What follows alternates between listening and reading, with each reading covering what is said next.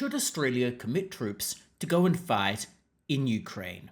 That's a question that has come up in the wake of the disastrous press conference between Volodymyr Zelensky, JD Vance, and Donald Trump, which went so badly that it resulted in the US indefinitely suspending US aid to Ukraine, and various European countries flagging the idea of a, quote, coalition of the willing, potentially putting boots on the ground in Ukraine, albeit seemingly only if the US supports them, which it seems is a bit of a contradiction in terms.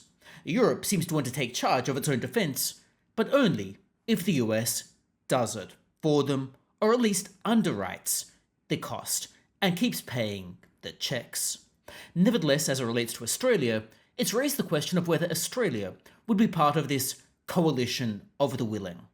And to this end, Anthony Albanese has said that he would consider any request for troops going to Ukraine. Peter Dutton, however, has suggested that he would not send troops to Ukraine. Anthony Albanese is reported to give consideration to any such request. Now, of course, this raises the question of, should we be sending troops to Ukraine? Now here, I think a lot of the devil is in the detail, because it begs the question of what exactly does sending troops entail? Which troops are we sending? What are the limits on this? Will it escalate? Who is in command of our troops?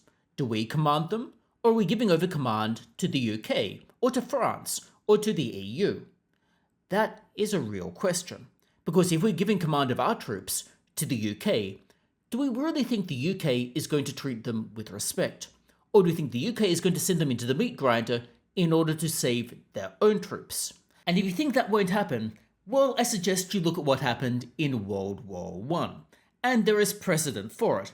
But it's not just the precedent that's happened here, it's the fact that it just makes rational sense for a UK Prime Minister to sacrifice someone else's troops rather than their own citizens. Australians, after all, don't vote for the UK Prime Minister, but people in the UK do. And people in the UK are going to be much more negative about their own children dying as compared to someone else's. Similarly, politicians are going to be much more concerned about their own child going and fighting versus someone else's, which means the UK could just send our troops into the meat grinder. If Australia is going to commit troops to the UK, I am not necessarily saying that it should, but if it is going to do so, Australia needs to maintain complete operational control over what they do. Now, I'm sure that the EU will rebut this, saying, well, that would lead to chaos. We can't have too many chefs in the kitchen. We can't have too many commanders on the battlefield.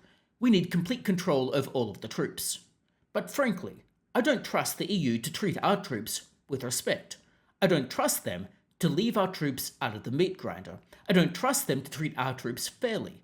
I don't trust the EU to necessarily command our soldiers. Furthermore, what experience does the EU really have commanding a battlefield? And this begs the question of why on earth should we risk our troops and our resources under EU command?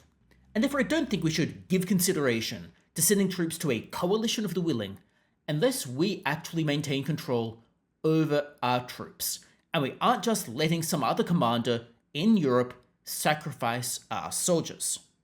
Now, of course, to be clear, it could be in Australia's interests to support Ukraine. After all, it sends a vital precedent about whether or not countries can invade other countries and get away with it, including seizing any territory. After all, think about what signal it sends to other countries about what they can do in various parts of Asia if we don't actually do something about Ukraine. Not only that, Ukraine does have various rare earths which could be strategically important either to Russia or to the United States, which underscores the rare earth deal that the United States was trying to get on top of. Now, the dumpster fire between Donald Trump and Volodymyr Zelensky and the rare earth deal is probably a separate question from whether or not we should send troops. But as it stands, I think Volodymyr Zelensky was the one to blame for that. It looked like he was trying to renegotiate the deal after it had already been agreed on. And then Donald Trump and JD Vance just walked. They are waiting for Volodymyr Zelensky and Ukraine to come back to the table. And it seems like Ukraine is not willing to do so right now. And this then means that Australia would probably just be sending its troops into the meat grinder for a forever war where the various belligerents show no signs of actually wanting to come to a peaceful agreement. Both of them want everything. Ukraine wants to get all of its territory back, which I understand, but seems not to be actually a realistic outcome. Russia wants to seize a vast portion of East Ukraine, potentially including additional territory they don't currently hold. Again, not a realistic outcome.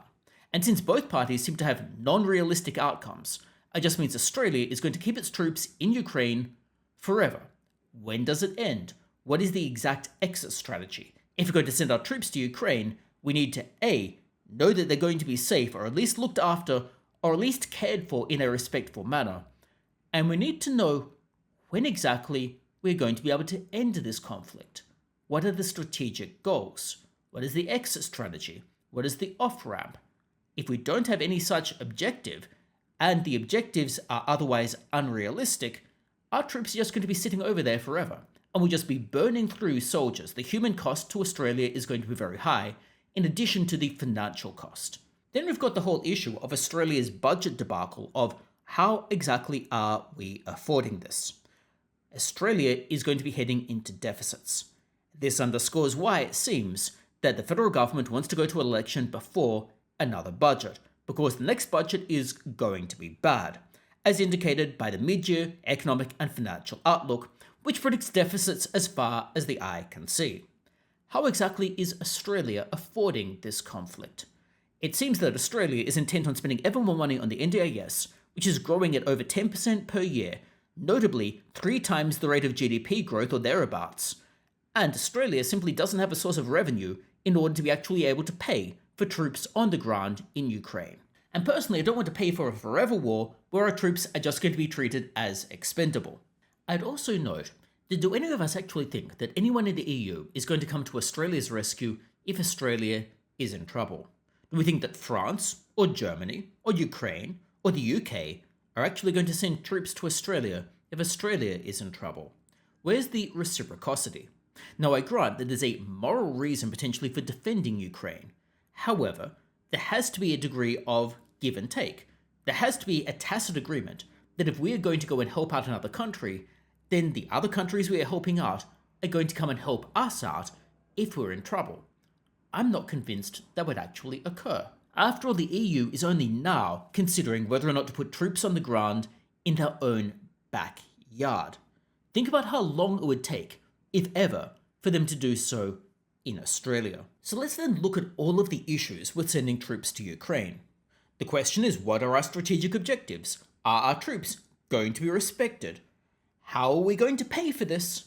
And would the people we're helping out actually come to help us out, even if we show that we're a team player by sending troops over there? Do we expect any form of reciprocity? And do we expect that Australia will be treated as a friend and an ally and treated with respect? Or do you think that Australia might just be thrown under the bus? And that is a concern that I genuinely have about this. And therefore, to me, when Anthony Albanese says he would give consideration sending troops as part of a coalition of the willing, it looks to me like Anthony Albanese is trying to make friends with the European leaders, trying to signal to them that he is perhaps one of them, that is not aligned with Donald Trump, that evil Republican, but is really part of the EU. It looks like Anthony Albanese, when he says they would consider sending troops on the ground, is not necessarily considering this from Australia's perspective or from our troops' perspective.